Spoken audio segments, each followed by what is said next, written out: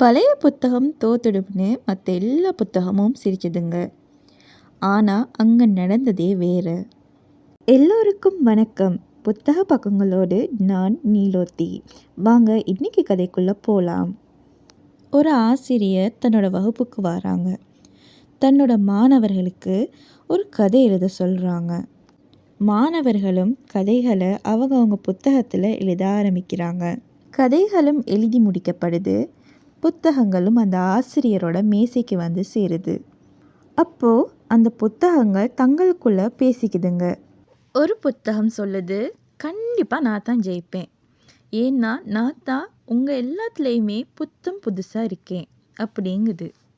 இன்னொரு புத்தகம் சொல்லுது, நீ புதுசாக இருந்தால் என்ன, நான் வெள்ளை நிற அட்டை போட்டு அதில் சிவப்பு நிற ரோஜா படங்களும் ஒட்டப்பட்டு பொலித்தீன் கவரும் போட்டு நான் தான் இருக்கிறதுலையே மிகவும் அழகாக இருக்கேன், அதனால் நான் தான் கண்டிப்பாக ஜெயிப்பேன் அப்படின்னு சொல்லுது.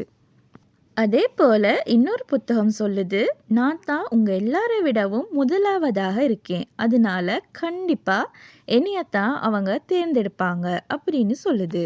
அதே போல் இன்னொரு புத்தகம் சொல்லுது, எது எப்படியோ எனக்கு மேலே ஒரு புத்தகம் இருக்குது, அது அட்டை கிழிந்து உள்ளே உள்ள பக்கங்கள் எல்லாம் வெளியே எட்டி பார்க்குற அளவுக்கு பழசாக இருக்குது, கண்டிப்பாக அது தோத்துரும் அப்படிங்குது. இதை கேட்டு எல்லா புத்தகங்களும் சிரிச்சதுங்க. ஆனால் அந்த பழைய புத்தகம் மட்டும் எதுவுமே பேசாமல் அமைதியாக இருந்தது. அப்போ அந்த ஆசிரியரும் வராங்க. வந்து அந்த புத்தகங்களுக்குள்ளே இருக்கிற கதையெல்லாம் ஒவ்வொன்றா படிக்க ஆரம்பிக்கிறாங்க. 2 நாட்களும் அப்படியே கழியுது. கதைகள் எல்லாம் படித்து முடித்த ஆசிரியர் அந்த பழைய புத்தகத்தை மட்டும் எடுத்து தனியாக வைக்கிறாங்க. அப்போ மீண்டும் அந்த புத்தகங்கள் தங்களுக்குள்ளே பேசிக்க ஆரம்பிக்குதுங்க.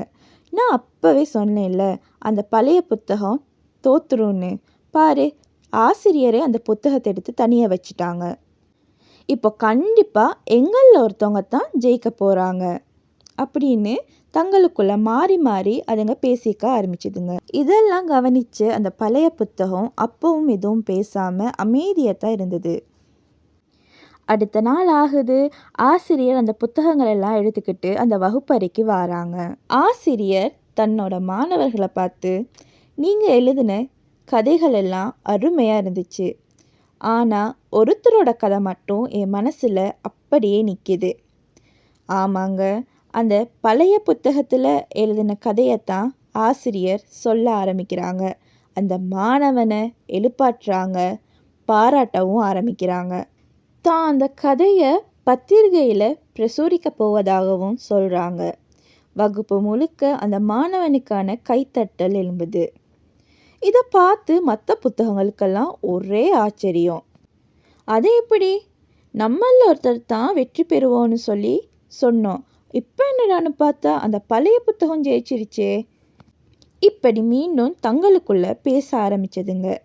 இது புத்தகங்கள் எல்லாம் தங்களுக்குள்ள பேசிக்கிறத பார்த்துக்கிட்டு இருந்த பக்கத்தில் இருந்த ஒரு புத்தகம், நீங்கள் எல்லாருமே வெளித்தோற்றத்தை வச்சு தான் அந்த புத்தகத்தை மதிப்பிட்டீங்க, ஆனால் அந்த பக்கங்களில் எழுதப்பட்டதை யாருமே பார்க்கலை. அப்போதான் தங்களோட தவறு என்னங்கிறதையே அந்த மற்ற புத்தகங்கள் எல்லாம் புரிஞ்சிக்குதுங்க. இதே மாதிரி தாங்க நாமளும் ஒருத்தரோட வெளித்தோற்றத்தை மட்டும் பார்த்து அவங்கள ஈஸியாக ஜட்ஜ் பண்ணுறோம். அவங்களோட உடை இப்படி இருக்குது, நடை இப்படி இருக்குது, அவங்களோட தோற்றம் இப்படி இருக்குது, அவங்களோட நிறம் இப்படி இருக்குன்னு சொல்லி அவங்கள வகை வகையாக பிரித்து நமக்குள்ள நாமே ஒரு பிம்பத்தை உருவாக்கிக்கிறோம்.